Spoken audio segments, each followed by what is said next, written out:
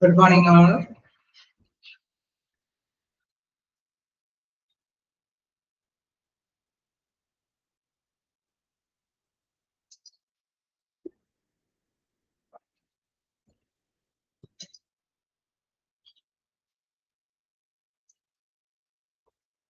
Okay, can you just start the watch from here now?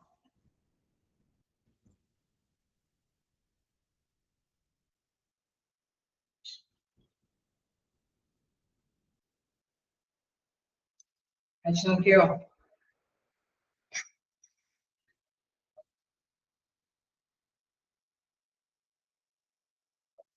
Okay, now for go.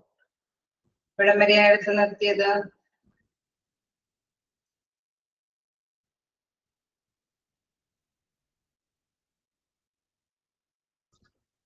Medical benefits other coverage, other Variana. The other.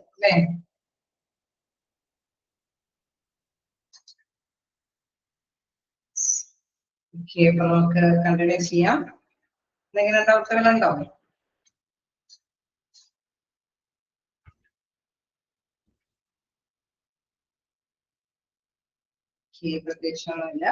Okay, next the pension benefits. Pension benefits in the variable, the Chedam, Ulalialka, we actual package. Our number another flavor and other discuss but they said any next category within the pension benefits.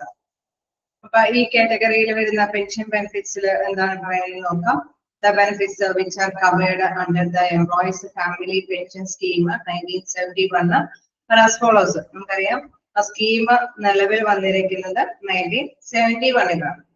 Okay, so our time salary base actually salary basic so amount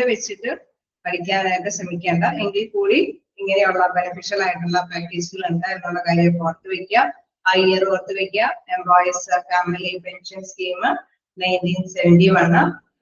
Retirement benefits, then family pension, life insurance benefits, withdrawal benefits.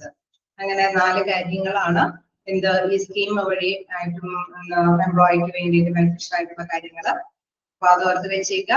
and pension benefits employee family pension scheme 1971 retirement benefits, family pension, life insurance benefits, withdrawal benefits.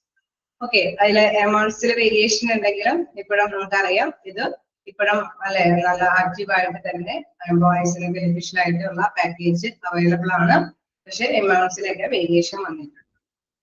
Retirement benefits this benefits is the form of a lump sum given subject to a maximum of rupees 4,000 payable to a member on his normal retirement is subject to a certain rules and regulations. Sadala retirement time or a lump sum amount several case our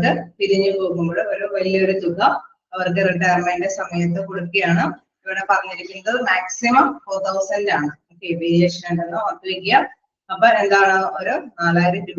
maximum retirement time employee lump sum amount pay retirement benefits. Okay, Employees Family Pension Scheme 1971 Pragaram retirement benefits under other lump sum amount retire okay, the next another family pension. Now, family pension pension is given to the family of a deceased member of the family at the following rates. Okay. In case a family pension other categories is 12% of pay subject to a maximum of rupees 150 per month to the family of a member whose pay on which contribution to EPF is received is rupees 800. കാലഘട്ടത്തിന്റെ salary base ചെയ്തിട്ടല്ല അത് എപ്പോഴും ഓർത്ത് വെക്കുക. അതായത് 800 രൂപയോ അതിനേക്കാൾ കൂടുതലോ salary മേടിക്കുന്ന ഒരു വ്യക്തിക്ക് അദ്ദേഹത്തിന്റെ സാലറിയുടെ 12% ഓഫ് പേ മാക്സിമം 150 വരെയുമാണ് ഫാമിലി പെൻഷനായിട്ട് അവർക്ക് ലഭ്യമാക്കി കൊടുക്കുന്നത്. നമുക്കറിയാം ഒരു EPF എന്ന് പറയുമ്പോൾ എംപ്ലോയീസ് കോൺട്രിബ്യൂഷനും അവിടെ ആവശ്യമാണ് അല്ലെ. എംപ്ലോയറുടെ ഒരു നിശ്ചിത തുകയും എംപ്ലോയിയുടെ ഒരു നിശ്ചിത തുകയോട് കൂടിയിട്ടാണ് അവർക്ക് ഈ ഒരു സ്കീം വഴിയുള്ള ആനുകൂല്യം ലഭ്യമാകുന്നത്. അപ്പൊ തീർച്ചയായിട്ടും അദ്ദേഹത്തിന്റെ ഒരു കോൺട്രിബ്യൂഷൻ എന്ന് പറയുന്നത് 800 രൂപയേക്കാൾ സാലറി മേടിക്കുന്ന ഒരു പേഴ്സൺ ആണെങ്കിൽ 12% ഓഫ് പേ അല്ലെ. അവിടെ എന്താണ് 12% അദ്ദേഹത്തിന്റെ സാലറിയുടെ 12%, അതല്ലെങ്കിൽ മാക്സിമം അതായത് എത്ര ശതമാനമാണെങ്കിലും മാക്സിമം 150 വരെ അവർക്ക് ലഭ്യമാക്കാവുന്നതാണ്. ഓക്കെ, നമുക്ക് അതിൽ വേരിയേഷൻ ഉണ്ടെന്ന് അറിയാം. ഈ കാലഘട്ടത്തിൽ 800 രൂപയുള്ള ജോലിയൊന്നും ഇല്ല അല്ലെ. വളരെ ഡെയിലി വർക്കേഴ്സിന് വരെ, വളരെ സാധാരണ വർക്കേഴ്സിന് വരെ സാലറിയിൽ വേരിയേഷൻസ് ഉണ്ട്. 50% ആ കാലഘട്ടത്തിലെ ഏറ്റവും മാക്സിമം എമൗണ്ട് ആണ് കേട്ടോ ആ ടൈമിൽ പറയുന്നതിൽ. 50% of pay is subject to maximum of ₹96 per month and a minimum of 60 per month to the family of a member whose pay is ₹200 per month and above but below 800. 800 രൂപയ്ക്കും 200 രൂപയ്ക്കും ഇടയിൽ salary മേടിക്കുന്ന ഒരു person ആണെങ്കിൽ അവിടെ സാലറിയുടെ 50%, maximum 96 അല്ലെ 96 per month, monthly 96 payment ആണ്. അതല്ലെങ്കിൽ തീർച്ചയായിട്ടും 60 അല്ലെ, മിനിമം 60 മാക്സിമം 96 കൊടുക്കാനായിട്ട് അതിൽ കൊടുക്കാനായിട്ടുള്ള പദ്ധതിയുള്ള അത് എന്തിന്റെ ബേസിലാണ്? സാലറിയുടെ ബേസിൽ. സാലറിയുടെ 50% നമ്മൾ കൗണ്ട് ചെയ്ത് നോക്കുമ്പോൾ തീർച്ചയായിട്ടും എന്താണ് 96നേക്കാൾ മേലെ ആണെങ്കിൽ തീർച്ചയായിട്ടും അത് 96ലേക്ക് കൗണ്ട് ചെയ്യും. അത് 60നേക്കാളും താഴെയാണെങ്കിൽ 60 എങ്കിലും നിയമം അവർക്ക് ലഭ്യമാക്കിക്കൊള്ളും. നെക്സ്റ്റ് കാറ്റഗറി ആണെങ്കിൽ 30% of pay substitute a minimum ₹60 per month to the family of a member whose pay is ₹200 per month. Okay, അപ്പൊ 200 രൂപ അതിൽ അത്രയും സാലറി കൈപ്പറ്റുന്ന ഒരു പേഴ്സൺ ആണെങ്കിലോ അവരുടെ സാലറിയുടെ 30%, മിനിമം 60 പെർ മന്ത് അല്ലെ, ₹60 പെർ മന്ത് എങ്കിലും അവർക്ക് ഫാമിലി പെൻഷനായിട്ട് അവർക്ക് അവൈലബിൾ ആകും.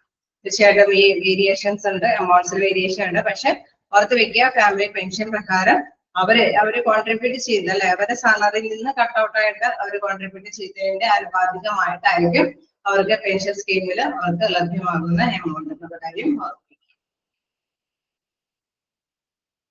ഓക്കെ, അവരുടെ സാലറി ബേസ് ചെയ്തിട്ട് വേരിയേഷൻസ് ഉണ്ട്, വേരിയസ് സ്ലാബുകൾ ഉണ്ട്.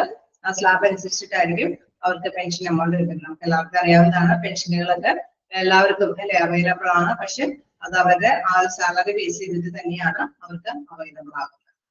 ഓക്കെ, അപ്പൊ 4 സ്കീമുകൾ, ഈ സ്കീം പ്രകാരം 4 കാര്യങ്ങളാണ് ഉള്ളത്. ഫസ്റ്റ് വൺ റിട്ടയർമെന്റ് ബെനിഫിറ്റ്, അതൊരു ലംസം എമൗണ്ട് റിട്ടയർമെന്റ് ടൈമിൽ അവർക്ക് അവൈലബിൾ ആകുന്നു. ആ എമൗണ്ട് നിങ്ങൾ പഠിച്ചു വെക്കുക. നെക്സ്റ്റ് പറയുകയാണെങ്കിൽ ഫാമിലി പെൻഷൻ ആണ്. ആ ഫാമിലി പെൻഷൻ പ്രകാരം 3 കാറ്റഗറൈസ് ചെയ്തിട്ടാണ്. അതായത് ഏറ്റവും കൂടുതൽ സാലറി ഉണ്ടെങ്കിൽ ആ സാലറിയുടെ ബേസിൽ ഒരു സ്ലാബ് ഉണ്ട്. നമുക്കറിയാം ഒരു മീഡിയം സാലറി ലഭിക്കുന്നവർക്കും അതിനനുസരിച്ചുള്ള ഒരു കാറ്റഗറൈസ് ചെയ്തിരുന്ന ഒരു സ്ലാബ് ഉണ്ട്. ബിലോ അതിനേക്കാൾ താഴെയുള്ള മെമ്പേഴ്സ് ആണെങ്കിൽ അതിനനുസരിച്ചിട്ടുള്ള എമൗണ്ട് ആയിരിക്കും പെൻഷനായിട്ട് അവർക്ക് അവൈലബിൾ ആകുന്നത്. ഓക്കെ ആണോ? ക്ലിയറാണോ? ഓക്കെ, നമുക്കറിയാം എവിടെയാണെങ്കിലും അതിന്റെയൊക്കെ ഒരു കൃത്യമായിട്ടുള്ള ഒരു ഫോർമാലിറ്റീസ് ഉണ്ടാവും അല്ലെ. ആ ഫോർമാലിറ്റീസ് അനുസരിച്ചിട്ട് തന്നെയായിരിക്കും അതൊക്കെ അവൈലബിൾ ആകുന്നത്, ആ എമൗണ്ട് ഒക്കെ കാൽക്കുലേറ്റ് ചെയ്യുന്നത്. ഓക്കെ, നെക്സ്റ്റ് ഉള്ളത് എന്താണ്? ലൈഫ് ഇൻഷുറൻസ് ബെനിഫിറ്റ്സ് ആണ്. എന്താണ് ലൈഫ് ഇൻഷുറൻസ് ബെനിഫിറ്റ്സിൽ പറയുന്നത്? This benefit is the form of A lump sum subject to a maximum of ₹2,000 payable in the case of a death of a member. Member മരിക്കുകയാണെങ്കിൽ ഒരു lump sum amount നമ്മൾ pension പറ്റുമ്പോൾ കൊടുക്കുന്നു എന്ന് പറഞ്ഞത്, മരിച്ചു പോകുന്ന വ്യക്തിയാണെങ്കിൽ അവിടെയും ഒരു ലംസം എമൗണ്ട് അവിടെ തീർച്ചയായിട്ടും ആ മെമ്പർ വർക്ക് ചെയ്തതിന്റെ പേര്. മറ്റേതെന്ന് പറയുമ്പോൾ ഫാമിലി പെൻഷൻ എന്ന് പറയുന്നത് അവരുടെ സാലറിയിൽ നിന്ന് ഒരു നിശ്ചിത എമൗണ്ട് പിടിച്ചു വെച്ചിട്ട് ഉള്ള ഒരു കൃത്യമായിട്ടുള്ള ഒരു അവൈലബിൾ ആണ് അല്ലെ. ഇങ്ങനെ പോകുമ്പോൾ അതായത് ഇൻ കേസ് ജോലിക്കിടയിൽ മരിച്ചു പോകുന്ന ഒരു പേഴ്സണൊക്കെ ആണെങ്കിൽ തീർച്ചയായിട്ടും അവർക്കും എന്താണ് 2,000 ലംസം എമൗണ്ട് ആയിട്ട് available ആക്കണമെന്നുള്ളതാണ് amount variation under this benefit in the form of a lump sum subject to a maximum of rupees 2,000 payable in the case of a death of a member. And we have withdrawal benefits. Okay, in the withdrawal benefits, it is the form of a lump sum amount payable to the member on leaving the service before his retirement age, subject to fulfillment of a certain conditions. Okay, retirement session retirement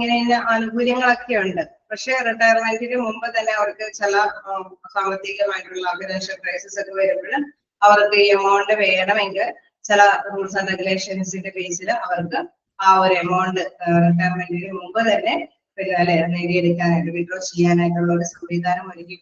withdrawal benefits. Okay, this scheme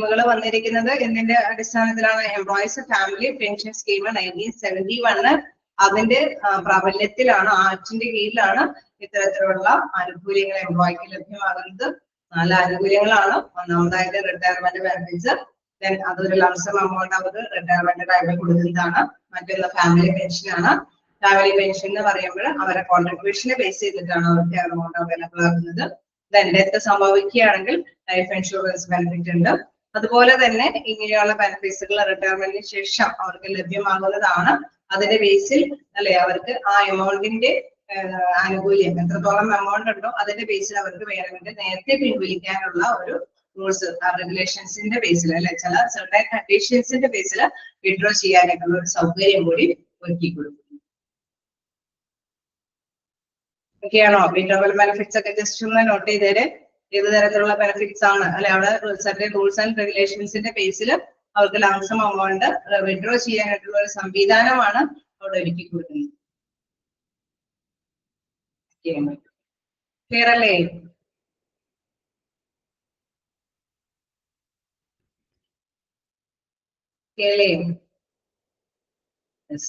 അപ്പൊ നമുക്ക് next ഭാഗത്തേക്ക് പോകാം. Managing employee benefits and services. ഈ എംപ്ലോയിയുടെ benefits അല്ലെങ്കിൽ സേവനങ്ങളൊക്കെ എങ്ങനെ കൈകാര്യം ചെയ്യുന്നു എന്നുള്ളതാണ് നമുക്ക് നെക്സ്റ്റ് നോക്കാനുള്ളത്. ഓക്കെ, നമുക്കറിയാം ഇത് ഇത്തിരി അത്ര സിമ്പിൾ ആയിട്ടുള്ള പരിപാടി ഒന്നല്ല അല്ലെ. എംപ്ലോയിക്ക് ബെനിഫിഷ്യൽ ആയിട്ടുള്ള പാക്കേജ് കൊടുക്കണം എന്നുള്ളത് ഒക്കെയാണ്. നമുക്കറിയാം എംപ്ലോയി സാറ്റിസ്ഫൈഡ് ആകണമെങ്കിൽ ബെനിഫിഷ്യൽ പാക്കേജ് ലഭ്യമാകേണ്ടതാണ്. പക്ഷെ അത് എല്ലാവർക്കും ഫേവറബിൾ ആയതും തൊഴിലുടമയ്ക്ക് അധികം നഷ്ടം വരാത്ത തക്കവിധത്തിലുള്ള ബെനിഫിഷ്യൽ പാക്കേജ് കൊടുക്കാനായിരിക്കും എപ്പോഴും ശ്രമിക്കുന്നുണ്ട് അല്ലെ. അപ്പൊ അതുമായി ബന്ധപ്പെട്ട് നമുക്ക് നോക്കാം.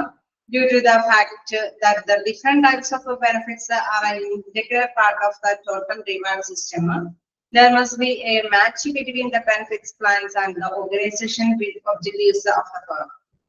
Okay, നമുക്കറിയാം പലതരത്തിലുള്ള ആനുകൂല്യങ്ങൾ എംപ്ലോയീസ് കൊടുക്കാനായിട്ട് താല്പര്യം കാണിക്കാം അല്ലെ. വിവിധ കമ്പനികൾക്ക് അങ്ങനെയൊക്കെയുള്ള ഒരു നിലപാടുകൾ ഉണ്ടാവും. പക്ഷെ എപ്പോഴും ഓർഗനൈസേഷന് ഈ ഒരു ഗോൾ അച്ചീവ് ചെയ്യാൻ അല്ലെ അവരുടെ ലക്ഷ്യം സാക്ഷാത്കരിക്കാനായിട്ട് ഈ ബെനിഫിഷ്യൽ പ്ലാനുകൾക്ക് സാധിക്കുമോ എന്നുള്ളത് എപ്പോഴും അല്ലെ അത് മാച്ച് ചെയ്യുമോ എന്നുള്ളത് പരിശോധിച്ചതിന് ശേഷമാണ് അവർക്ക് ആനുകൂല്യം കൊടുക്കാൻ പാടുള്ളൂ അല്ലെ.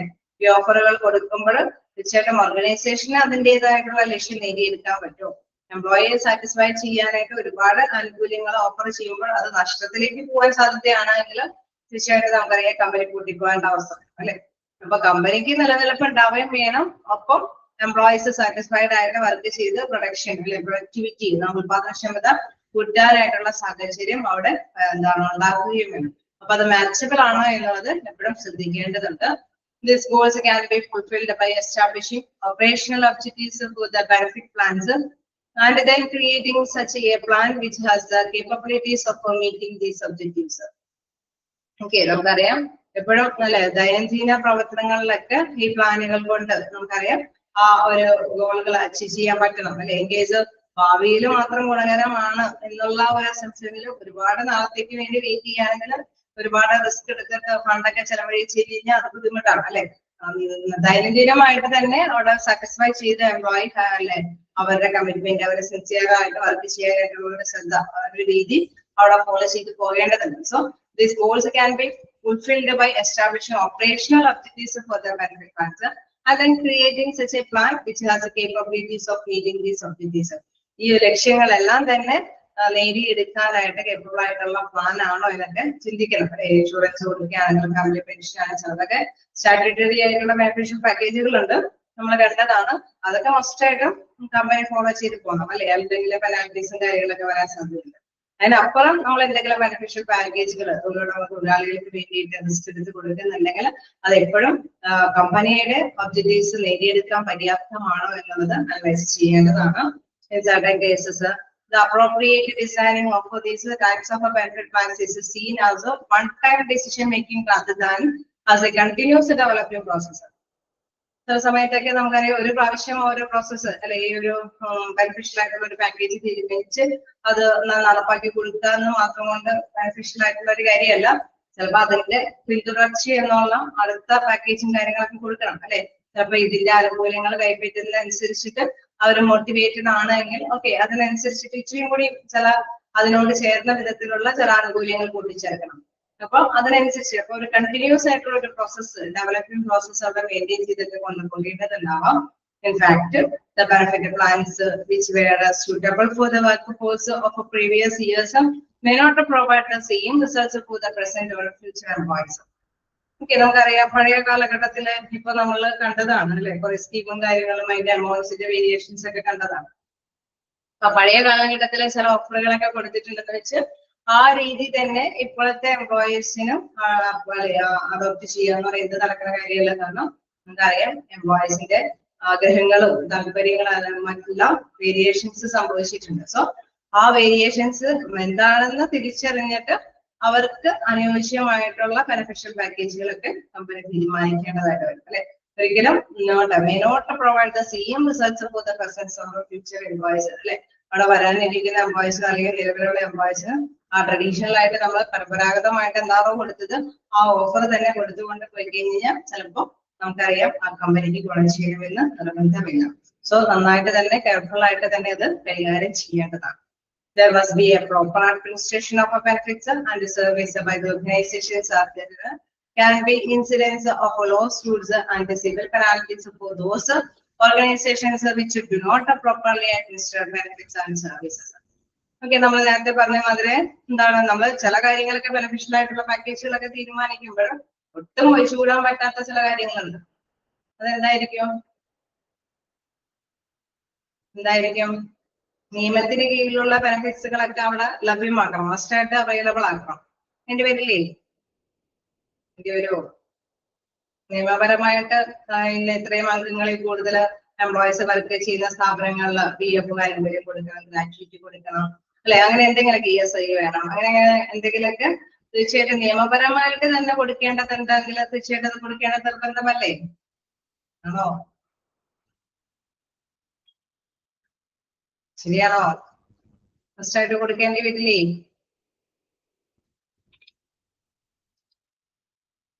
ക്ലിയർ ആയില്ല? അതായത് നമ്മൾ ബെനിഫിഷ്യൽ ആയിട്ടുള്ള പാക്കേജുകൾ തീരുമാനിക്കുമ്പോൾ ചില കാര്യങ്ങൾ ലോസ്യൂട്ട്സ് അല്ലെ, നിയമാനുസൃതമായിട്ടുള്ള ചില കാര്യങ്ങളൊക്കെ കൊടുക്കേണ്ടത് മസ്റ്റ് ആണോ എന്നുള്ളതാണ് എന്റെ ചോദ്യം.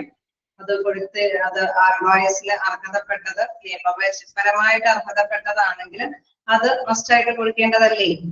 ഇൻ കേസ് അത് കൊടുത്തില്ലെങ്കിൽ എന്തിനെ ഫേസ് ചെയ്യേണ്ടതായിട്ട് വരും?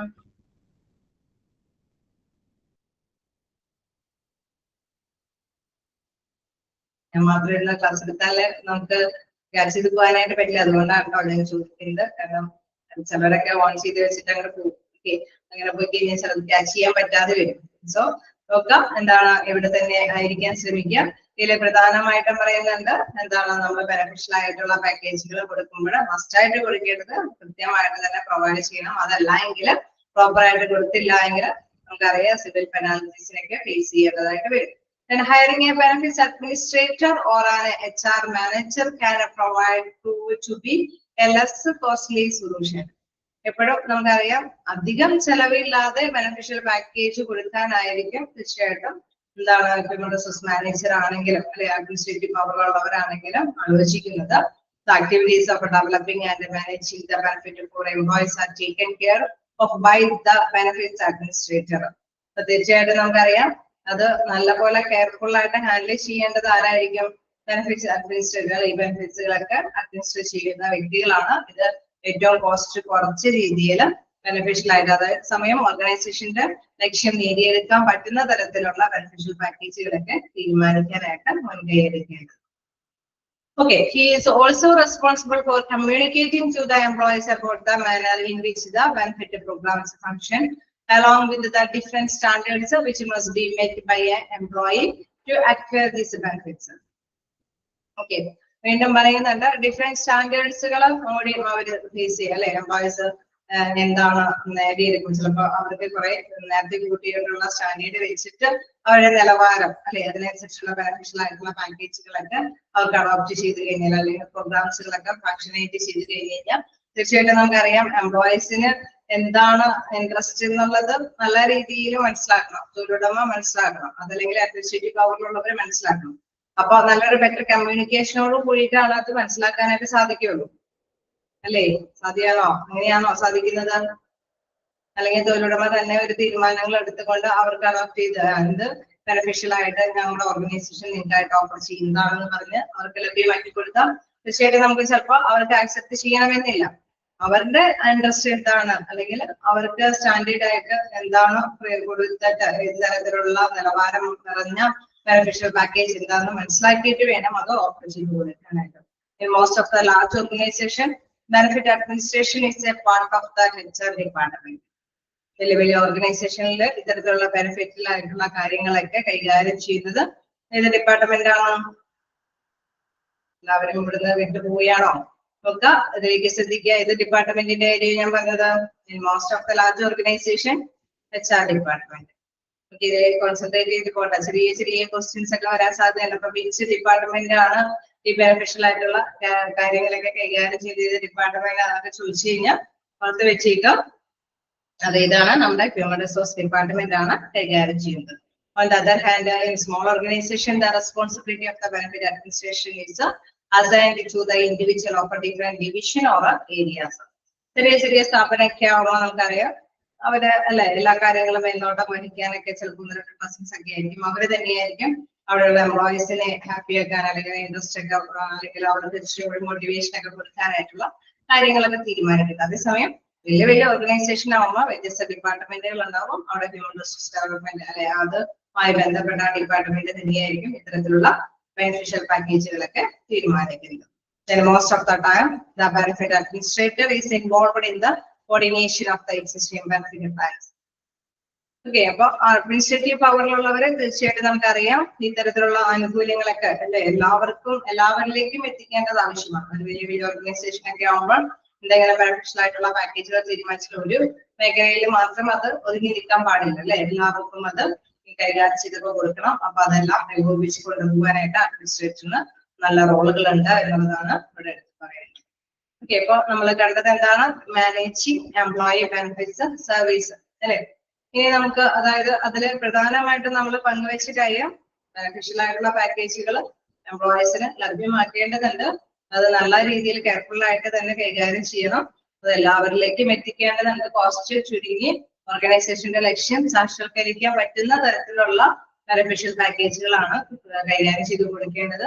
അതോടൊപ്പം തന്നെ നമുക്കറിയാം ലോക്ക് കീഴിൽ എന്തെങ്കിലുമൊക്കെ ബെനിഫിഷ്യൽ പാക്കേജുകൾ കൊടുക്കേണ്ടതുണ്ടെങ്കിൽ അത് മസ്റ്റ് ആയിട്ട് ഫോർവേഡ് ചെയ്യണം. അല്ലെങ്കിൽ പെനാൽറ്റീസിനൊക്കെ ഫേസ് ചെയ്യേണ്ടതായിട്ട് വരും. പിന്നെ വലിയ വലിയ ഓർഗനൈസേഷനിലൊക്കെ HR ഡിപ്പാർട്ട്മെന്റ് ആണ് ഇത് ഹാൻഡിൽ ചെയ്യുന്നത്. ചെറിയ ചെറിയ ഓർഗനൈസേഷനിലൊക്കെ അല്ലെ 1-2 പേഴ്സൺസ് ഒക്കെ ആയിരിക്കും ഇത് ഹാൻഡിൽ ചെയ്യുന്നത്. ഓക്കെ, ക്ലിയർ അല്ലേ? ഓക്കെ ആണോ? എന്തെങ്കിലും ഡൗട്ട് ഉണ്ടോ?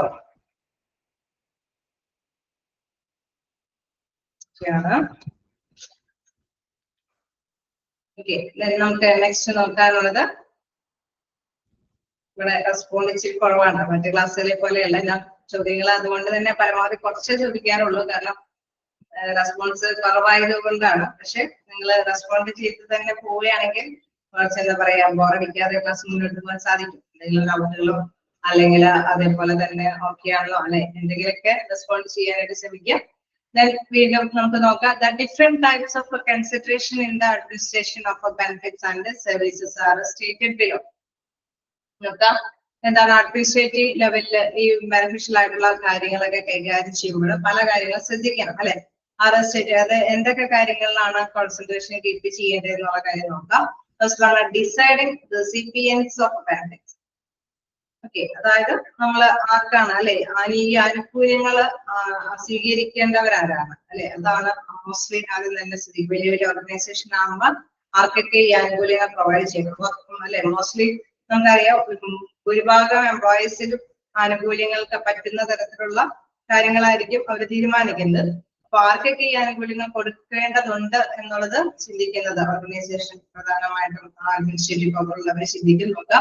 The different categories of employees who can be a part of overall benefits programs offered by the firm must be decided by an employer as a constituent of accomplishing the objectives of benefit plans.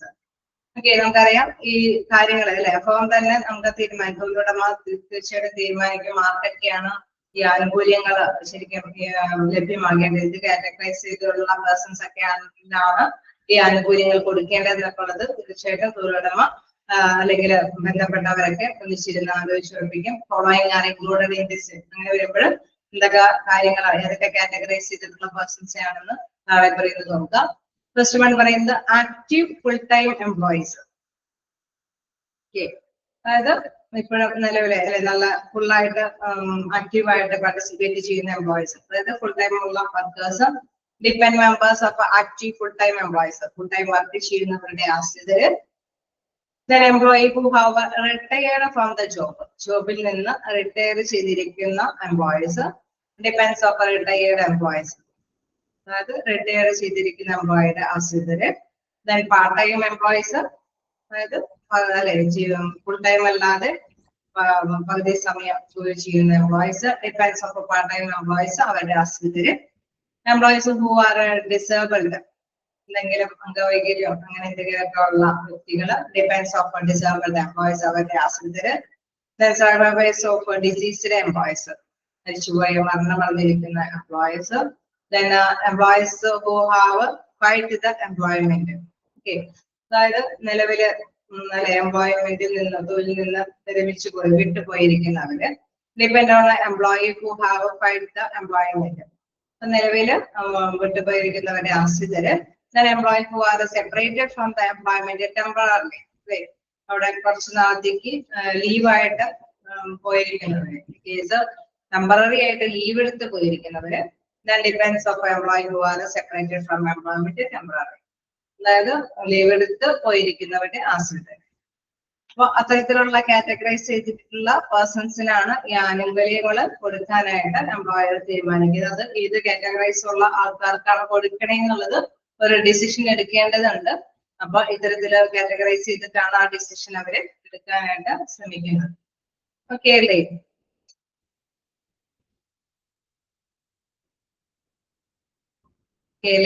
ഇപ്പൊ എല്ലാം നമുക്ക് നോക്കാം. അതായത് full time ആയിട്ട് work ചെയ്യുന്നവര്, അവരുടെ ആശ്രിതര്, part time ആയിട്ട് work ചെയ്തവര്, ജോലി ഉപേക്ഷിച്ചു പോയവര്, തന്നെ കുറച്ച് നാളത്തേക്ക് ടെമ്പററി ആയിട്ട് ലീവ് എടുത്ത് പോയിരിക്കുന്നവര്, അതേമാതിരി തന്നെ ഡിസേബിൾഡ് ആയിട്ടുള്ള പേഴ്സൺസ്, ഇവരുടെയൊക്കെ ആശ്രിതര്. ഓക്കെ, അങ്ങനെ പ്രത്യേകമായിട്ടുള്ള എംപ്ലോയീസിനെയാണ് അതിൽ ഏത് കാറ്റഗറൈസ് ചെയ്തിട്ടുള്ള പേഴ്സൺസ് ആണ് കൊടുക്കേണ്ടതെന്നുള്ളതാണ് തീരുമാനിക്കുന്നത്.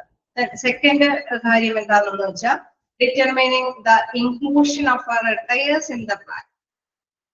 നമ്മളിങ്ങനെ വിരമിച്ചു പോയിരുന്നവരെ അത് ഏത് തരത്തില് അല്ലെ, അത് പരിധി പദ്ധതിയിൽ വിരമിച്ചവരെ ഉൾപ്പെടുത്തണോ വേണ്ടേ എന്നുള്ളത് നമ്മൾ ആ കാറ്റഗറൈസ് ചെയ്ത് നോക്കി.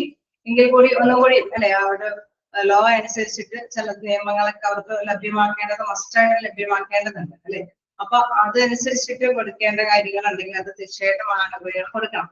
Okay, it is common for major benefits to be provided to the employees, and some portion is given to the dependents of employees, like medical expense coverage, life insurance coverage, etc. Okay, നമുക്കറിയാം medical ആനുകൂല്യങ്ങൾ അല്ലെങ്കിൽ life insurance കവറേജുകളൊക്കെ ഇതിന്റെ ഭാഗമായിട്ട് അവർക്ക് ചിലപ്പോൾ retire ചെയ്താലും അവര് salary ഒക്കെ ടൈം ടു ടൈമിൽ കൊടുക്കുമ്പോൾ അതിനനുസരിച്ചിട്ടൊക്കെ കോൺട്രിബ്യൂഷൻ ഒക്കെ അവർ കൊടുത്തിട്ടുണ്ടാവും. അപ്പൊ ലോ അനുസരിച്ചിട്ട് അവർക്ക് അർഹതപ്പെട്ട കുറെ കാര്യങ്ങൾ അവർക്ക് ഫസ്റ്റ് ആയിട്ട് കൊടുക്കണം. There are many factors which must be taken care of when deciding whether to include other groups in this plan or not. ഈ ഗ്രൂപ്പിലെ ഏതെങ്കിലുമൊക്കെ ഗ്രൂപ്പുകാരെയൊക്കെ കൂട്ടേണ്ടതുണ്ടോ എന്നുള്ളതൊക്കെ ചെക്ക് ചെയ്യണം. Attitude of the employer and the extent of protection provided under the other plans like social security are those two main consideration involved in this. Okay, തീർച്ചയായിട്ടും ഇതിൽ main തീരുമാനമെടുക്കുന്നത് തൊഴിലുടമ തന്നെയാണ്. തൊഴിലുടമയാണല്ലോ തൊഴിലാളികൾക്ക് ഇത്തരത്തിലുള്ള ക്ഷേമ പ്രവർത്തനങ്ങളൊക്കെ അല്ലെങ്കിൽ ഇത്തരത്തിലുള്ള ആനുകൂല്യങ്ങൾ കൊടുക്കുന്നത്. അതേപോലെ തന്നെ സോഷ്യലായിട്ട് നമുക്കറിയാം ചില സ്കീമുകളും കാര്യങ്ങളൊക്കെ വഴി അവർക്ക് ആനുകൂല്യങ്ങളൊക്കെ ലഭ്യമാവും. ചില ആനുകൂല്യങ്ങളൊക്കെ ഇന്ന കാറ്റഗറൈസ് ചെയ്തിട്ടുള്ള പേഴ്സൺസിനൊക്കെ എന്താണ് സോഷ്യലി നമുക്ക് അവൈലബിൾ ആകുന്ന ചില ആനുകൂല്യങ്ങളൊക്കെ ഉണ്ട്. The role of central and state laws cannot be ignored. അതുകൂടാതെ നമുക്കറിയാം ഒരിക്കലും ഗവൺമെന്റിന്റെ അല്ലെങ്കിൽ സെൻട്രൽ ഗവൺമെന്റിന്റെ ആണെങ്കിലും സ്റ്റേറ്റ് ഗവൺമെന്റിന്റെ ആണെങ്കിലും നിയമങ്ങളുണ്ട്. ആ നിയമങ്ങൾ അനുസൃതമായിട്ട് അർഹതപ്പെടുന്ന കാര്യങ്ങൾ വയസ്സിന് അർഹതപ്പെടുന്ന റിട്ടയർമെന്റ് ബെനിഫിഷ്യൽ ആയിട്ടുള്ള കാര്യങ്ങളൊക്കെ ഉണ്ടെങ്കിൽ അതൊരിക്കലും ഇഗ്നോർ ചെയ്യാൻ പറ്റില്ല, അത് ഒഴിവാക്കി കളയാനായിട്ട് സാധിക്കില്ല. For example due to family leave law some benefits still needed to be provided. Okay, ചിലപ്പോ ചില കാര്യങ്ങൾ എന്നൊക്കെ പറയുമ്പോൾ അതായത് ഫാമിലി ലീവ് ലോ എന്നൊക്കെ പറയുമ്പോൾ മെറ്റേണിറ്റി ലീവ് ഒക്കെ എടുത്ത് അവര് വിട്ടുപോകും അല്ലെ. അതായത് പക്ഷെ അപ്പൊ അവർക്ക് സാലറിയോട് കൂടിയിട്ടുള്ള ബെനിഫിഷ്യൽ പാക്കേജ് ഒക്കെ അവർക്ക് ടൈമിൽ കൊടുക്കേണ്ടതൊക്കെ ഉണ്ട്. അതായത് പ്രസവാനുകൂല്യങ്ങൾ അല്ലെ, അവരുടെ ആ സമയത്തിനൊക്കെ ആ ഫാമിലി ലീവ് ഒക്കെ അവർക്ക് മസ്റ്റായിട്ടും അവൈലബിൾ ആക്കേണ്ടതുണ്ട്. ഇത്ര സമയം സാലറിയോട് കൂടിയ ലീവ് ഒക്കെ അനുവദിക്കേണ്ടതൊക്കെ ഉണ്ടാവും. സോ അതെല്ലാം തീർച്ചയായിട്ടും എന്താണ് ഒരിക്കലും ഇഗ്നോർ ചെയ്യാൻ പറ്റാത്ത തരത്തിലുള്ള ലീവുകളും ആനുകൂല്യങ്ങളുമാണ്. അത് ലോയുടെ കീഴിലുള്ളതായതുകൊണ്ട് അതൊക്കെ മസ്റ്റായിട്ടും അവർക്ക് ലഭ്യമാക്കേണ്ടതാണ്. അപ്പൊ determine the inclusion of retires in the plan. അപ്പൊ അതില് ചില ആനുകൂല്യം അല്ലെ, കുറച്ചുപേരെ കൂട്ടറോ കൂട്ടണ്ടയോ എന്നൊക്കെ തീരുമാനം എടുക്കാനുള്ള പവർ ഉണ്ട്. പക്ഷെ ചിലതെല്ലാം മസ്റ്റായിട്ടും ലോ അനുസരിച്ചിട്ട് കൊടുക്കേണ്ടതുണ്ട്. അത് മസ്റ്റായിട്ടും തന്നെ ഇഗ്നോർ ചെയ്യാതെ തന്നെ ഉൾപ്പെടുത്തി കൊണ്ടുപോകേണ്ടതാണ്. ഓക്കെ, നെക്സ്റ്റ് നമുക്ക് കാണുന്നത് പക്ഷെ ഹെഡിങ്സ് വെച്ചിട്ടുള്ള കാര്യങ്ങളൊന്നും ജസ്റ്റ് മനസ്സിലാക്കി പോയാൽ മതി. ഇതിൽ നിന്നും അധികം എന്നാലും ജസ്റ്റ് വായിച്ചു നോക്കി പോകാം, നിങ്ങൾക്ക് മനസ്സിലാവുന്ന കാര്യമാണ്. ഡിസൈഡിങ് ദ CPR ആരൊക്കെ ഉൾപ്പെടുത്തണം എന്നുള്ളത് തീരുമാനിക്കുക. ആരൊക്കെ ഈ ഇത്തരത്തിലുള്ള പ്ലാനുണ്ട് അല്ലെ, ചില പ്ലാനുകളിൽ ചിലരെയൊക്കെ മാറ്റി നിർത്താൻ വേണമെങ്കിൽ, പക്ഷെ ചിലരെ ഒന്നും മാറ്റി നിർത്താൻ പറ്റില്ല. അത് നിയമാനുസൃതമായിട്ടുള്ളതാണെങ്കിൽ അത് മാറ്റി നിർത്താതെ തന്നെ ഉൾപ്പെടുത്തി കൊണ്ടുപോകേണ്ടതാണ്. Probationary period. എന്താണ് പ്രൊബേഷണറി പീരീഡ് എന്ന് പറയുന്നത്? അതായത് ജോലിയിൽ പ്രവേശിക്കുന്ന കുറച്ച് നാളത്തേക്ക് അല്ലെ ഒരു ട്രെയിനിങ് പീരീഡ്. അപ്പൊ ആ സമയത്ത് പ്രത്യേകമായിട്ട് നമുക്കറിയാം തൊഴിലുടമയ്ക്ക് റിസ്ക് ഒന്നുമില്ല. അവർക്ക് മസ്റ്റായിട്ടും ഈ ആനുകൂല്യങ്ങൾ കൊടുക്കണം എന്നുള്ള മസ്റ്റായിട്ടുള്ള കുറെ നിബന്ധനകളൊന്നുമില്ല. As any kind of a claim which is resulted during probation must be borne by the employee himself. It reduces the financial burden on the employers. Okay, അപ്പൊ നമുക്കറിയാം ഇവിടെ എന്താണ് ഇത്തരത്തിലുള്ള കാര്യങ്ങളിലൊക്കെ ക്ലെയിമും കാര്യങ്ങളൊക്കെ എടുക്കണമെങ്കിൽ അത് തൊഴിലാളികൾ തന്നെ റിസ്ക് എടുത്ത് തന്നെ ഹാൻഡിൽ ചെയ്യണം. അവിടെ വരുമ്പോ അങ്ങനെ വരുമ്പോൾ എന്താണ് തൊഴിലുടമയ്ക്ക് അധികം ഫിനാൻഷ്യൽ ആയിട്ടുള്ള ഒരു ബർഡൻ വരുന്നില്ല, റിസ്ക് എടുക്കേണ്ടതായിട്ട് വരുന്നില്ല. അത് റെഡ്യൂസ് ചെയ്യണം. Apart from this, the chance of adverse selection are also reduced due to probationary period. Okay, നമുക്കറിയാം. അതേസമയം മറ്റൊരു രീതിയിൽ പറഞ്ഞു കഴിഞ്ഞാൽ പ്രൊബേഷണറി പീരീഡിൽ എന്താണ് അഡ്വേഴ്സ് സെലക്ഷൻ സെലക്ട് ചെയ്യാനായിട്ടുള്ള ഒരു ബുദ്ധിമുട്ടോടെ അനുഭവപ്പെടുക. അതായത് ചിലപ്പോ റിക്രൂട്ട്മെന്റ് ടൈമിലൊക്കെ ആനുകൂല്യങ്ങൾ കൊടുക്കുന്നതനുസരിച്ചിട്ടായിരിക്കും നല്ല നല്ല അപേക്ഷകൾ കിട്ടുന്നത്.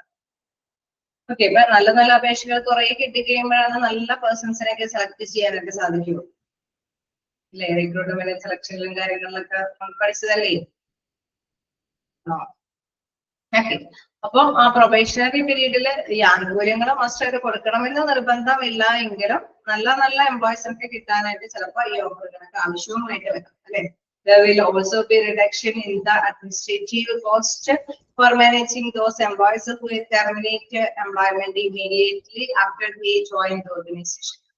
ഓക്കെ, ചിലപ്പോ നമുക്കറിയാം ഈ അഡ്മിനിസ്ട്രേറ്റീവ് ലെവലില് കോസ്റ്റ് പറയാൻ സാധ്യതയുണ്ട്. കാരണം എംപ്ലോയീസ് തന്നെ റിസ്ക് എടുത്ത് വഹിക്കേണ്ട ടൈമാണ്. വേണമെങ്കിൽ അവർ ചിലപ്പോൾ വേണമെങ്കിൽ ജോലിയിൽ നിന്ന് വിട്ടുപോവുകയും ചെയ്യാം അല്ലെ. ചിലപ്പോൾ സെലക്ഷനും കാര്യങ്ങളൊന്നും നടന്നു വരില്ല. അങ്ങനെ വരുമ്പോഴും അവരെ വിട്ടുപോകാൻ സാധ്യതയൊക്കെയുണ്ട്.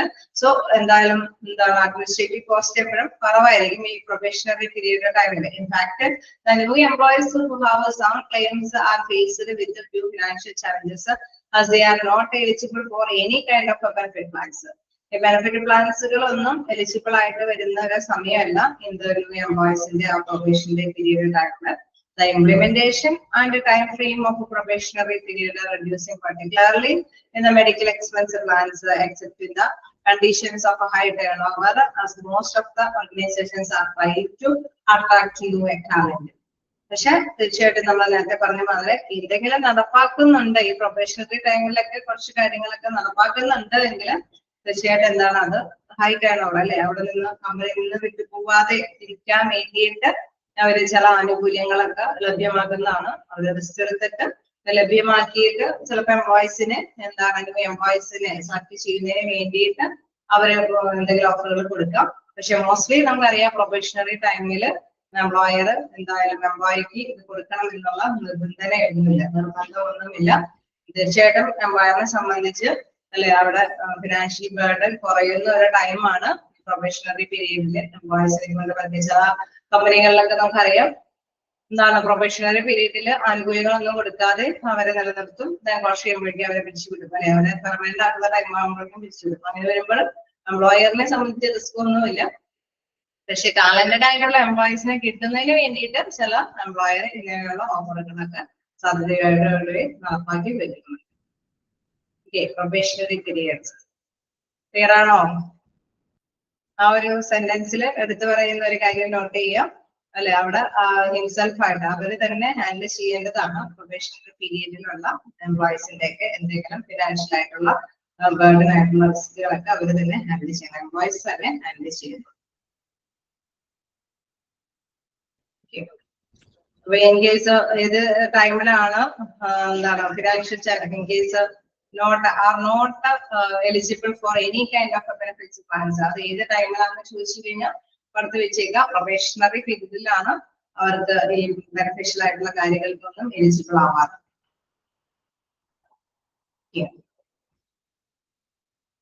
ക്ലിയർ അല്ലേ? നെക്സ്റ്റ് നോക്കിയാൽ ഫൈനാൻസിങ്.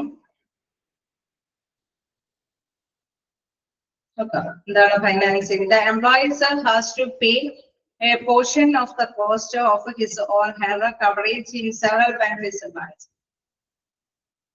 നമുക്കറിയാം ഈ സെവറൽ ബെനിഫിറ്റ്സ് പ്ലാൻസിൽ അവരുടെ ഒരു പോർഷൻ കിട്ടും അല്ലെ, എംപ്ലോയീസിന്റെ ഒരു പ്രൊപ്പോർഷനേറ്റ് ആയിട്ടുള്ള ഒരു എമൗണ്ട് തീർച്ചയായിട്ടും മിക്കവാറും സ്ഥാപനങ്ങളിലൊക്കെ ഉണ്ടാവും അല്ലെ.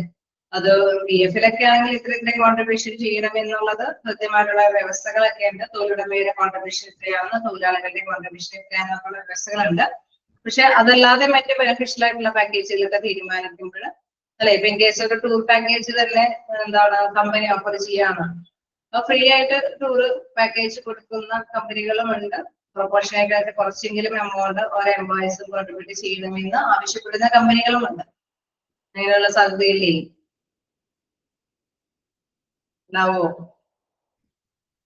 അല്ലെ, ഇപ്പൊ ബെനിഫിഷ്യൽ പാക്കേജുകൾ കമ്പനിക്ക് ഓഫർ ചെയ്യാം. അപ്പൊ എംപ്ലോയീസിൽ നിന്നും വേണമെങ്കിൽ കുറച്ച് കോൺട്രിബ്യൂഷൻ അവർക്ക് നേടിയെടുക്കാൻ സാധിക്കും അല്ലെ.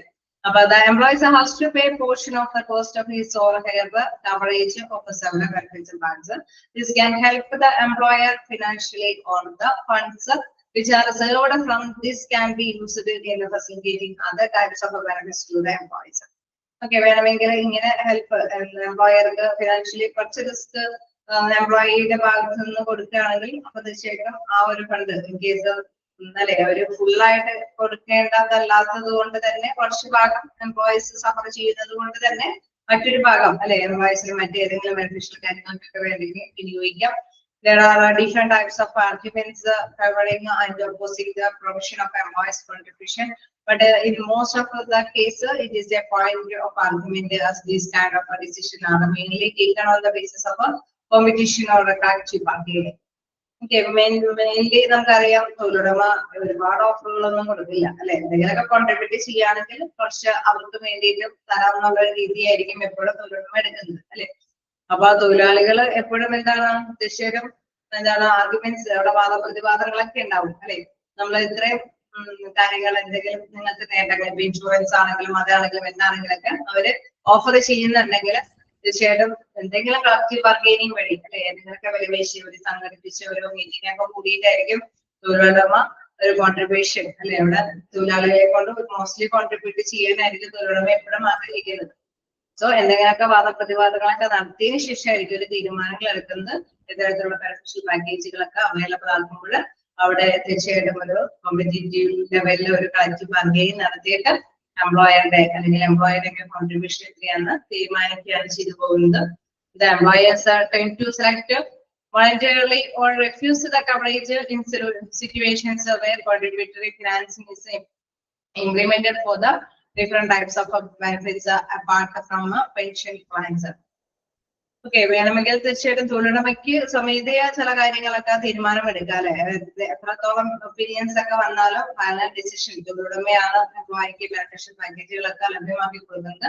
അപ്പൊ വ്യത്യസ്ത തരത്തിലുള്ള ബെനിഫിഷ്യൽ പാക്കേജുകൾ, പെൻഷൻ പ്ലാനുകൾ എല്ലാം തന്നെ ഇംപ്ലിമെന്റ് ചെയ്യുമ്പോഴും അവർക്ക് സ്വമേധയാ എന്തെങ്കിലുമൊക്കെ സെലക്ട് ചെയ്യാനായിട്ടുള്ള സ്വാതന്ത്ര്യം ഉണ്ടാവാം.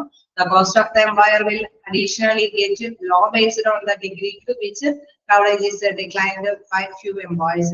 Okay, നമുക്കറിയാം കുറച്ച് റിസ്ക് ഒക്കെ എടുക്കാനായിട്ട് അവർ സന്നദ്ധരായിരിക്കും അല്ലെ. ഒരുപാട് റിസ്ക് എടുക്കാൻ തൊഴിലുടമയൊന്നും സന്നദ്ധരായിരിക്കില്ല അല്ലെ. അപ്പൊ അവര് എപ്പോഴും ചെറിയ രീതിയിൽ കോൺട്രിബ്യൂട്ട് ചെയ്തിട്ട് മാക്സിമം എംപ്ലോയീസിനെ സാറ്റിസ്ഫൈ ചെയ്യുന്ന ഒരു രീതിയിലേക്കൊക്കെ ആയിരിക്കുള്ളൂ തീരുമാനങ്ങൾ എടുക്കുന്നത്. But this saving can be minimized by negative choices which are resulted by those who select coverage. Okay, കുറച്ച് പേരെ മാത്രം ഉൾപ്പെടുത്തിക്കൊണ്ട് നമ്മൾ എന്തെങ്കിലും കവറേജസ് ഒക്കെ കൊണ്ടുവന്നു കഴിഞ്ഞാൽ തീർച്ചയായിട്ടും അതൊരു നെഗറ്റീവ് ആയിട്ടുള്ള റിസൾട്ടിലേക്ക് എത്താനായിട്ടുള്ള സാധ്യതയുണ്ട്. Additionally, if the option of refusing the coverage is available to the employees himself or his or her depends will be without a coverage in case of any occurrence of loss. Okay, നമുക്കറിയാം ഇപ്പോഴത്തെ പ്ലാനുകളിലൊക്കെ ഇൻഷുറൻസും കവറേജും കാര്യങ്ങളിലൊക്കെ എന്താണ് തൊഴിലാളികൾ മാത്രമല്ല അവരുടെ ആശ്രിതരെയും കൂടി ഉൾപ്പെടുത്തുന്ന രീതിയിലുള്ള കോൺട്രിബ്യൂഷൻ ഒക്കെ ആയിരിക്കും അവർ പ്രൊവൈഡ് ചെയ്യുന്നത് അല്ലെ. അപ്പൊ അതെല്ലാം വെച്ചിട്ട് നമുക്കറിയാം ആ കവറേജിന് പലതരത്തിലുള്ള കാര്യങ്ങൾ കൂടി അനലൈസ് ചെയ്തതിനു ശേഷം മാത്രമാണ് അതിനൊരു ഫൈനലൈസേഷൻ തീരുമാനങ്ങളൊക്കെ എടുക്കാനായിട്ട് സാധിക്കുകയുള്ളൂ. In comparison to non contributory plans administrative cost is relatively higher in case of contributory plans. നമുക്ക് എല്ലാവർക്കും അറിയാവുന്നതാണ് എംപ്ലോയിയുടെ ഒരു കോൺട്രിബ്യൂഷൻ ഉണ്ട് എങ്കിൽ തീർച്ചയായിട്ടും എംപ്ലോയിക്ക് അത് ഗുണം ചെയ്യും അല്ലെ. നോൺ കോൺട്രിബ്യൂട്ടറി ആയിട്ടുള്ള ഒരു ബെനിഫിഷ്യൽ പാക്കേജ് ആണെങ്കിൽ ഹൈ റിസ്ക് ആയിരിക്കും അല്ലെ. അഡ്മിനിസ്ട്രേറ്റീവ് കോസ്റ്റ് ഒക്കെ ഹൈ ആയിരിക്കും. കാരണം അവര് തന്നെ എല്ലാം ഹാൻഡിൽ ചെയ്യണം, തൊഴിലുടമ തന്നെ എല്ലാം തന്നെ വഹിക്കേണ്ടതായിരിക്കും. അതേസമയം തൊഴിലാളികളെ കൊണ്ട് ഈ പറഞ്ഞ മാതിരി നമുക്കറിയാം ചർച്ചകളൊക്കെ സംഘടിപ്പിച്ച് അവര് വാദപ്രതിവാദങ്ങളൊക്കെ നടത്തി തൊഴിലാളികളെ കൊണ്ട് അവരുടെ സാലറിന്നൊക്കെ ചെറിയ രീതിയിലുള്ള പ്രൊപ്പോർഷനേറ്റ് ഒക്കെ എമൗണ്ട് ഒക്കെ ഇൻവെസ്റ്റ് ചെയ്യിപ്പിച്ചിട്ടായിരിക്കും എന്തെങ്കിലുമൊക്കെ ആനുകൂല്യങ്ങൾ ലഭ്യമാക്കുന്ന. ഇൻ കേസ് ആശ്രിതരൊക്കെ ഉൾപ്പെടുത്തണമെങ്കിലൊക്കെ അവിടെ തീർച്ചയായിട്ടും നല്ല രീതിയിലുള്ള ചർച്ചകളൊക്കെ നടത്തി അതിനുശേഷമായിരിക്കും ഒരു തീരുമാനങ്ങൾ എടുക്കുന്നത്. തീർച്ചയായിട്ടും നമുക്കറിയാം എംപ്ലോയീസിൽ നിന്ന് ഒരു ചെറിയ പ്രൊപ്പോർഷനേറ്റ് എമൗണ്ട് ഓൾറെഡി കോൺട്രിബ്യൂട്ട് ചെയ്യാൻ തയ്യാറാണെങ്കിലാണ് റിസ്ക് കുറച്ച രീതിയിൽ തൊഴിലുടമയ്ക്ക് തൊഴിലാളികൾക്കുള്ള ബെനിഫിഷ്യൽ പാക്കേജുകൾ കൊടുക്കാനായിട്ട് സാധിക്കുന്നു. ഓക്കെ അല്ലേ? ഫൈനാൻസിങ്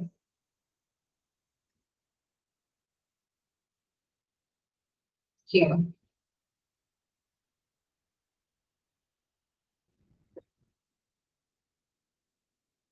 ഓക്കെ, അടുത്തൊരു പോയിന്റിലേക്ക് പോവാം. Employee choice. എംപ്ലോയി ചോയ്സ് എന്ന് പറയുമ്പോൾ നോക്കാം, different method which can be used for gaining the viewpoints and the choice of the employer regarding different benefits plans are stated. നമുക്കറിയാം എംപ്ലോയീസിന് ഇഷ്ടപ്പെടണം അല്ലെ. ഏതൊരു കമ്പനി ആണെങ്കിലും ഏതൊരു ഓർഗനൈസേഷൻ ഫേം എന്തൊക്കെയാണെങ്കിലും തൊഴിലാളികൾക്ക് ഇഷ്ടപ്പെടുന്ന ബെനിഫിഷ്യൽ പാക്കേജ് ആണ് തൊഴിലുടമ ഓഫർ ചെയ്യേണ്ടത്. ഇൻഷുറൻസ് പാക്കേജ് ആയിക്കോട്ടെ, എന്തായിക്കോട്ടെ, ട്രാവലിംഗ് ആയാലും ഇൻ കേസ് ടൂർ ആയിക്കോട്ടെ, അല്ലെങ്കിൽ ഏതെങ്കിലും പ്രോഗ്രാം സെറ്റ് ചെയ്ത് കൊടുക്കുന്നതായിക്കോട്ടെ, എന്തായിക്കോട്ടെ അവർക്ക് താല്പര്യം ഉണ്ടാവണം അല്ലെ. അവർ ചെറിയ രീതിയിൽ ഒരു കോൺട്രിബ്യൂഷൻ ഇടാനൊക്കെ തയ്യാറാവണമെങ്കിൽ, അവർ ഇൻഡസ്ട്രീവ് ആണെങ്കിൽ, എംപ്ലോയി ഇൻഡസ്ട്രീവ് ആവണമെങ്കിൽ തീർച്ചയായിട്ടും അവര് ഒരു നിശ്ചിത എമൗണ്ട് കോൺട്രിബ്യൂട്ട് ചെയ്യാൻ അവർ തയ്യാറാണ്. അപ്പൊ തീർച്ചയായിട്ടും അവരുടെ ഈ താല്പര്യങ്ങൾ അറിയേണ്ടത് അത് ഏത് രീതിയിലാണ് അല്ലെ. View points and choice of employees different. അതിന് വ്യത്യസ്ത മെത്തേഡുകളുണ്ട്. അവരുടെ വ്യൂ പോയിന്റ്സുകളൊക്കെ അറിയുന്നതിന് വേണ്ടിയിട്ട് നമുക്ക് interviews, simplified questionnaires, then sophisticated research method. അങ്ങനെ 3 രീതിയിലാണ് എംപ്ലോയീസിന്റെ ഈ ബെനിഫിഷ്യൽ പാക്കേജുകളൊക്കെ താല്പര്യങ്ങളൊക്കെ അറിയാൻ വേണ്ടിയിട്ടുള്ള 3 മെത്തേഡാണ്. Personal interviews, simplified questions, and sophisticated research method. 3 കാര്യങ്ങളും ഓർത്ത് വെക്കാം. മിക്കപ്പോഴും ക്വസ്റ്റ്യൻസ് കാണാറുണ്ട്. എംപ്ലോയീസിന്റെ ചോയ്സ് അറിയാനുള്ള 3 മെത്തേഡ് എന്തൊക്കെയാണ്? Personal interviews, simplified questions and then sophisticated research method. And first one നോക്കാം, personal interviews.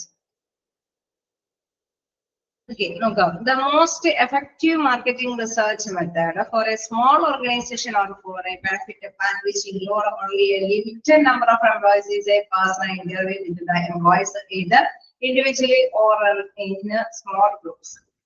ചെറിയ സ്ഥാപനമൊക്കെ ആണെങ്കിൽ നമുക്കറിയാം അധികം തൊഴിലാളികളൊന്നും ഉണ്ടാവില്ല, അല്ലെ? ഒരു 10-20-25 തൊഴിലാളികളൊക്കെ ഉള്ളൂ, അല്ലെങ്കിൽ അതിനേക്കാൾ കുറവൊക്കെ തൊഴിലാളികളുള്ളൂ എങ്കിലും നമുക്കറിയാം അവരെ ഒന്നിനെങ്കിലും ഒരു ഗ്രൂപ്പായിട്ട് അല്ലെങ്കിൽ ഇൻഡിവിജ്വലി അവരെ ക്വസ്റ്റ്യൻ നടത്താം, അല്ലെങ്കിൽ പേഴ്സണലായിട്ട് ഇന്റർവ്യൂ ചെയ്യാം.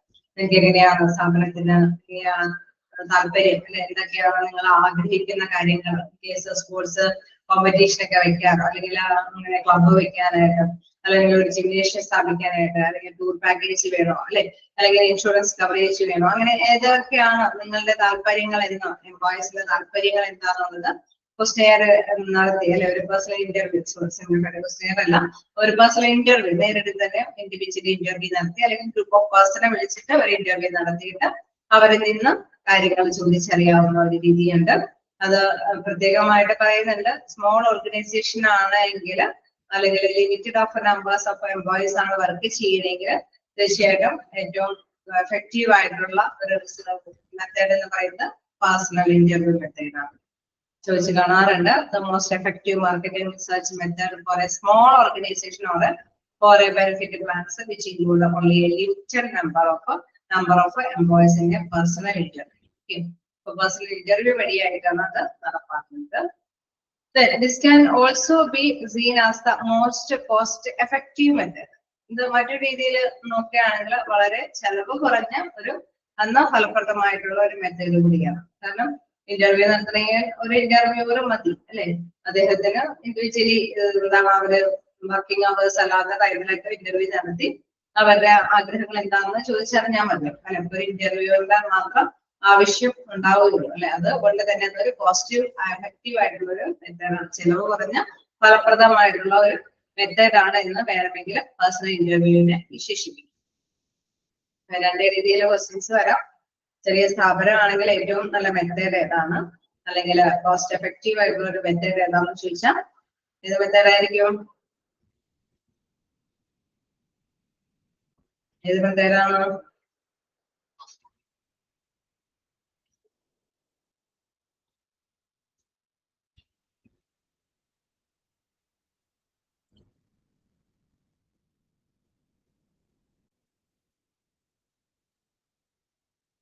ചെലവ് കുറഞ്ഞ രീതിയിൽ, അല്ലെങ്കിൽ അല്ലെ അധികം ആളുകളില്ലാത്ത, അല്ലെ സ്മോൾ ആയിട്ടുള്ള ഒരു ഓർഗനൈസേഷൻ ആണ് എങ്കിൽ ഏറ്റവും നല്ല എഫക്റ്റീവ് ആയിട്ടുള്ള മെത്തേഡ് എന്ന് പറയുന്നത് ഏത് മെത്തേഡാണ്? Personal interview method. Okay, type ചെയ്യാൻ നിങ്ങൾക്ക് ഒരു സമയം തരണം, അല്ലെ? ഞാൻ ചോദിച്ചോളൂ തന്നെ ആൻസർ കിട്ടണം എന്നുള്ളതിനെ വാശി പിടിക്കാൻ പാടില്ല. ടൈപ്പ് ചെയ്യാൻ, മെസ്സേജ് അയക്കാനുള്ള ഒരു സമയം വേണം, അല്ലെ? ഓക്കെ, അപ്പൊ പേഴ്സണൽ ഇന്റർവ്യൂ മെത്തേഡ്സ് ആണ് ഏറ്റവും എഫക്റ്റീവ് ആയിട്ടുള്ള മെത്തേഡ്. അപ്പൊ 2 ക്വാളിറ്റീസ് അവിടെ ജസ്റ്റ് നോട്ട് ചെയ്ത് പോവുക.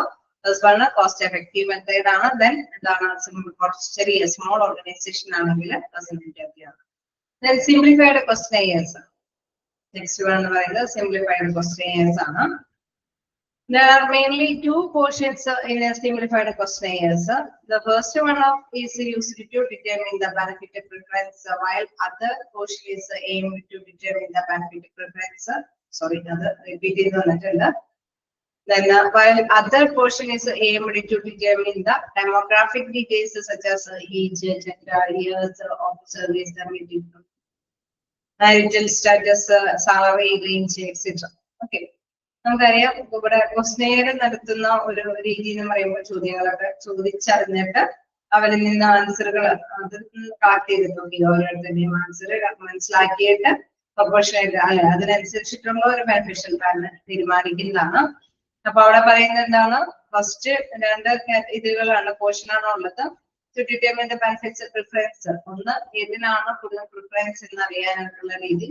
നമുക്കറിയാം ഒരു ഓർഗനൈസേഷൻ ആകുമ്പോൾ വ്യത്യസ്ത ജീവനക്കാരുണ്ടാവും, വ്യത്യസ്ത കാറ്റഗറിയിലുള്ള ഏജും കാര്യങ്ങളൊക്കെ ഉള്ളവരായിരിക്കും. അപ്പൊ എല്ലാവർക്കും ഈ പറഞ്ഞ മാതിരി മോസ്റ്റ്ലി എല്ലാവരും ചിലപ്പോൾ ട്രിപ്പ് പോകാൻ ആഗ്രഹിക്കണമെന്നില്ല അല്ലെ. ഒരു ഏജ് ഓവറൊക്കെ ആയിട്ടുള്ള വ്യക്തികളൊക്കെ ആണെങ്കിലും അവർക്ക് ഈ ആനുകൂല്യങ്ങളൊക്കെ ചിലപ്പോൾ താല്പര്യം ഉണ്ടാവും. അതേസമയം ഏജില് കുറച്ചുകൂടി ടീനേജറായിട്ടുള്ള എംപ്ലോയീസ് ആണ് അവിടെ ഉള്ളതെങ്കിൽ അവർക്ക് താല്പര്യം കൂടുതലായിരിക്കും അല്ലെ. അപ്പൊ ഓരോ കാറ്റഗറൈസ് ചെയ്തിട്ടുള്ള പേഴ്സൺസിനെ വെച്ചിട്ട് നമുക്ക് അവരുടെ താല്പര്യങ്ങൾ എന്താണെന്ന് കൃത്യമായിട്ട് ചോദിക്കും അല്ലെ. അപ്പൊ ഏജും അവരുടെ ഒരു ജെൻഡറും ഇതല്ലാതെ അവരുടെ ഇയേഴ്സ് എക്സ്പീരിയൻസ് ഒക്കെ വെച്ചിട്ട് എല്ലാ കാര്യങ്ങളും അവരുടെ മാരിറ്റൽ സ്റ്റാറ്റസ് അല്ലെ, വിവാഹത്തിലാണോ ആ ഒരു രീതിയിലൊക്കെ വെച്ചിട്ട് അവരോട് കാര്യങ്ങൾ ചോദിക്കാം. അപ്പൊ ആ ചോദ്യങ്ങൾക്ക് അനുസൃതമായിട്ടുള്ള ആൻസറിന്റെ ബേസില് തീർച്ചയായിട്ടും നമുക്കറിയാം മോസ്റ്റ്ലി പ്രിഫർ ചെയ്യുന്ന കാര്യം എന്താണ്. ഏജ് ഓവർ ആയിട്ടുള്ള വ്യക്തികൾക്ക് ചിലപ്പോൾ ഇന്ത്യൻ ഒരു ക്ലബ്ബ് അല്ലെങ്കിൽ ഒരു പ്രോഗ്രാം സംഘടിപ്പിക്കാനാണെങ്കിൽ മോസ്റ്റ്ലി ടീനേജ് ആയിട്ടുള്ള ഗ്രൂപ്പ് ഓഫ് പേഴ്സൺസിന് ടൂർ പ്രോഗ്രാം ആയിരിക്കും ആഗ്രഹിക്കുന്നത്. അപ്പൊ അവരുടെ ആഗ്രഹത്തിന്റെ ബേസിൽ വേണമെങ്കിൽ ഡിഫറെന്റ് ആയിട്ടുള്ള ബെനിഫിഷ്യൽ പാക്കേജുകൾ അവർക്ക് ഓഫർ ചെയ്തു. ഓക്കെ, അപ്പൊ ഒരു സിംപ്ലിഫൈഡ് ക്വസ്റ്റ്യൻസ് ആണ് മറ്റൊരു മെത്തേഡ് എന്ന് പറയാം. It is regarded as a simplified questionnaires. The analysis of a data collected will be difficult task and it will be required the use of a computer organization is not a small one. Okay, ചെറിയ സ്ഥാപനമല്ല എങ്കിലും വലിയ വലിയ organisation ഒക്കെ ആണെങ്കിലും ചിലപ്പോൾ വേണമെങ്കിൽ computerised ആയിട്ട് തന്നെ ഇപ്പൊ നമുക്കറിയാം അങ്ങനെ ചോദ്യങ്ങളൊക്കെ ഒരു പേപ്പറിലൊന്നും എഴുതിയല്ല ചോദിക്കുന്നത് അല്ലെ. കമ്പ്യൂട്ടറൈസ്ഡ് ആയിട്ട് വാട്സപ്പ് മറ്റേതെങ്കിലുമൊക്കെ സോഷ്യൽ മീഡിയ വഴിയായിട്ടായിരിക്കും ചോദിക്കുന്നത്. അപ്പൊ നമ്മൾ അതിൽ മാർക്ക് ചെയ്ത് കൊടുക്കുന്നതനുസരിച്ച് തീരുമാനങ്ങൾ ക്വിക്കായിട്ട് തന്നെ എടുക്കാനായിട്ട് സാധിക്കും. Then to avoid upsetting the advisor, it is more important that the questionnaire is brief. ഒരുപാട് ക്വസ്റ്റ്യൻ ചോദിച്ചിട്ട് എല്ലാ ക്വസ്റ്റ്യനും വായിച്ച് ആൻസർ പറയുക എന്നൊക്കെ പറയുന്നത് ഭയങ്കര പ്രശ്നമാണ് അല്ലെ. എംപ്ലോയീസിനെ സംബന്ധിച്ചാണെങ്കിൽ മടിയുണ്ടാകുന്ന സാധ്യതകളായിരിക്കും. അപ്പം അധികം ക്വസ്റ്റ്യനൊന്നും ഇല്ലാതെ കുറച്ച് അല്ലെ കുറഞ്ഞ രീതിയിലുള്ള അവരെ മടുപ്പിക്കാത്ത തരത്തിലുള്ള കുറച്ച് ക്വസ്റ്റ്യൻസ് ഒക്കെ കൊടുത്ത് ബ്രീഫായ ക്വസ്റ്റ്യൻസ് ഒക്കെ കൊടുത്തിട്ട് ആൻസർ കളക്ട് ചെയ്യുന്ന ഒരു രീതിയാണ് സിംപ്ലിഫൈഡ് ക്വസ്റ്റ്യൻ. ഓക്കെ ആണോ? പേഴ്സണൽ ഇന്റർവ്യൂസ് ആണ് ഫസ്റ്റ് കണ്ടത്. Second one simplified question. അല്ലേ?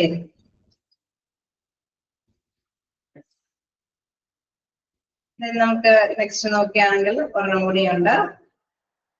കുഴപ്പമില്ലല്ലോ, എടുത്തു പോവാലോ.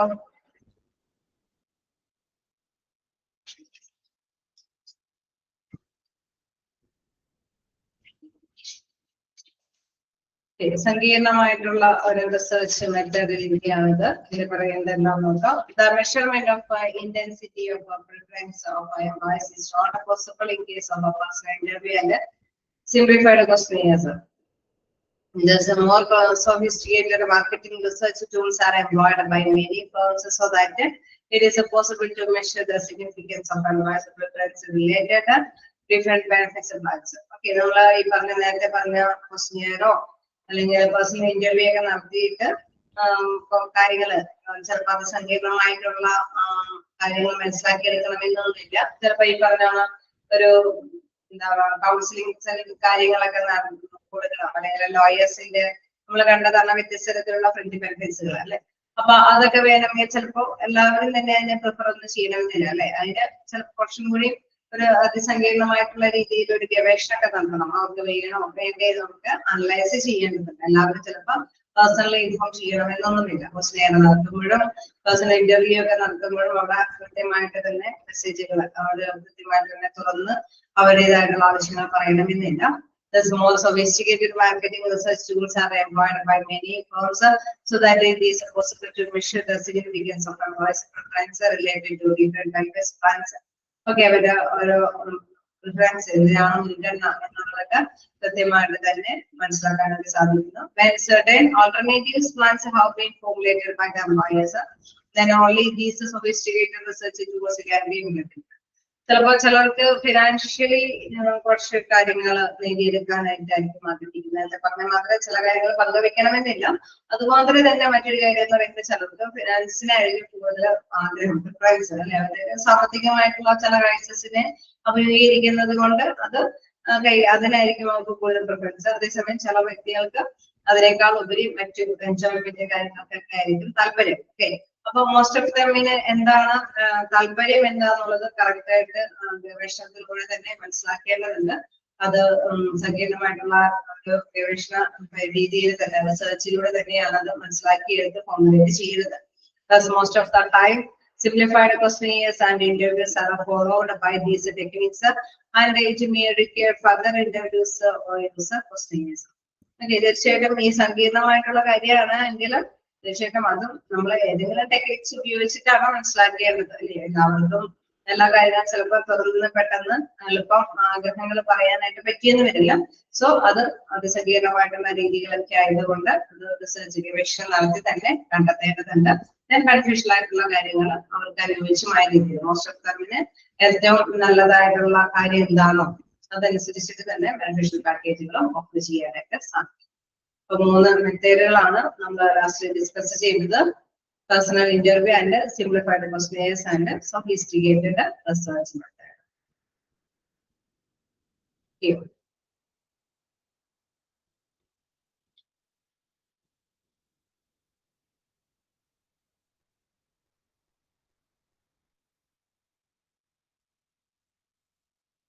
എന്തെങ്കിലും ഡൗട്ടുകളുണ്ടോ?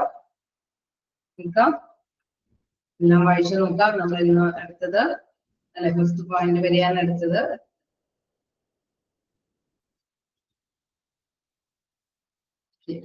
നമ്മുടെ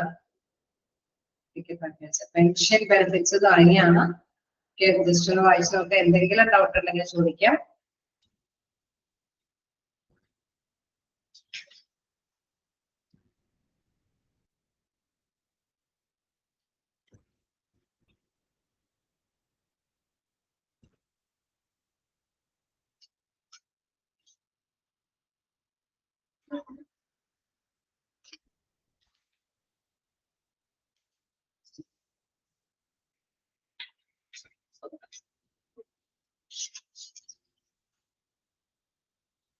ാണോ?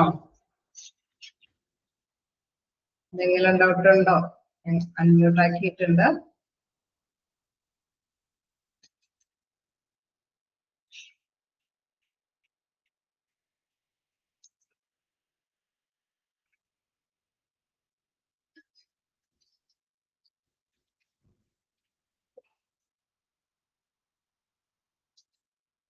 തിരിച്ച് ഡൗട്ടുകളൊന്നുമില്ല. ഓക്കെയാണ്. ഓക്കെ, അപ്പൊ നമുക്ക് നെക്സ്റ്റ് ക്ലാസ്സിൽ കാണാം. Okay, thank you.